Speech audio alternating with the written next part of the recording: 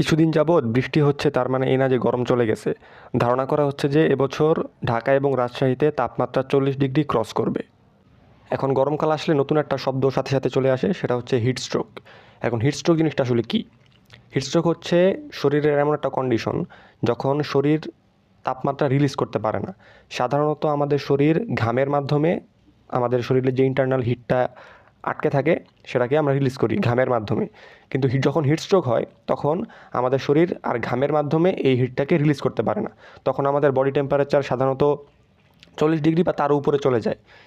Heatstroke যখন হয় তখন আমাদের শরীরে কিছু কেমিক্যাল চেঞ্জ আসে। এর মধ্যে সবচেয়ে বড় এক্সাম্পলটা হচ্ছে এনজাইম অ্যাক্টিভিটি থেমে যাওয়া। যখন আমাদের শরীরের তাপমাত্রাটা অনেক বেশি বেড়ে যায় তখন আমাদের শরীরে যে প্রয়োজনীয় এনজাইমগুলো আছে সেগুলো কাজ করা বন্ধ করে দেয়, এবং এর ফলে কিন্তু মৃত্যু পর্যন্ত হতে পারে।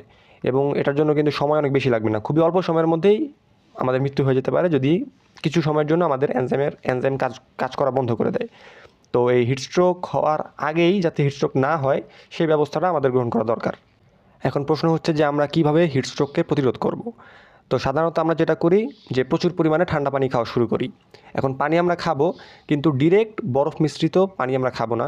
কারণ আপনি একটু কল্পনা করেন, আপনি যদি একটি গ্লাসকে ফ্রিজে রেখে দেন কিছুক্ষণের জন্য, এরপরে যখন এই গ্লাসটাকে আপনি নামাবেন, ঠান্ডা গ্লাসটাকে, এর মধ্যে যদি আপনি হঠাৎ করে গরম পানি ঢেলে দেন তখন দেখবেন গ্লাসটা ফেটে গেছে। তো আমরা যদি এরকম হঠাৎ করে ঠান্ডা পানি খাই তাহলে আমাদের শরীরের মধ্যেও কিন্তু এরকম একটা বড় ধরনের একটা এই যে একটা তাৎক্ষণিক যে একটা চেঞ্জ, এই চেঞ্জটা আমাদের শরীর নিতে পারবে না, যার কারণে এটা হিতে বিপরীত হয়ে যাবে। তাই ডিরেক্ট ঠান্ডা পানি খাওয়া যাবে না, বরং নর্মাল এবং ঠান্ডা পানি মিক্স করে খেতে হবে। শরীরটাকে আস্তে আস্তে ঠান্ডা করতে হবে। যদি হুট করে আমরা ঠান্ডা করতে যাই তাহলে কিন্তু ওই গ্লাস ফেটে যাওয়ার মতো কন্ডিশন আমাদের শরীরের মধ্যে হবে। তো এটা করা যাবে না। আর আরেকটা হচ্ছে যে বেশি বেশি করে সিজনাল ফল খেতে হবে। যেই ফলগুলা গরমের সময় পাওয়া যায় ওই ফলগুলাই আমাদের জন্য এই গরম সিজনের জন্য বেস্ট। যেমন আনারস, তরমুজ, পেঁপে, এই ফলগুলো আমাদের বেশি বেশি করে খাওয়া দরকার, যাতে আমাদের শরীরটা ভিতর থেকে যাতে আমাদের শরীরটা হাইড্রেটেড থাকে, ডিহাইড্রেশন যাতে না হয়, এই ডিহাইড্রেশনটা আমাদেরকে এড়াতে হবে। আর আরেকটা বিষয় হচ্ছে যে ঠান্ডা পরিবেশে থাকা এবং প্রচণ্ড গরমের মধ্যে ডিরেক্ট সানলাইটে না যাওয়া। বিশেষ করে 12টা থেকে 3টা, এই টাইমে যে সানলাইটটা আছে এটাতে ইউভি রশ্মির পরিমাণ অনেক বেশি থাকে এবং এটা অনেক বেশি হিট ক্যারি করে। তো যার কারণে এই টাইমটাতে যাতে আমরা ছায়াযুক্ত স্থানে বা ঠান্ডা স্থানে থাকতে পারি।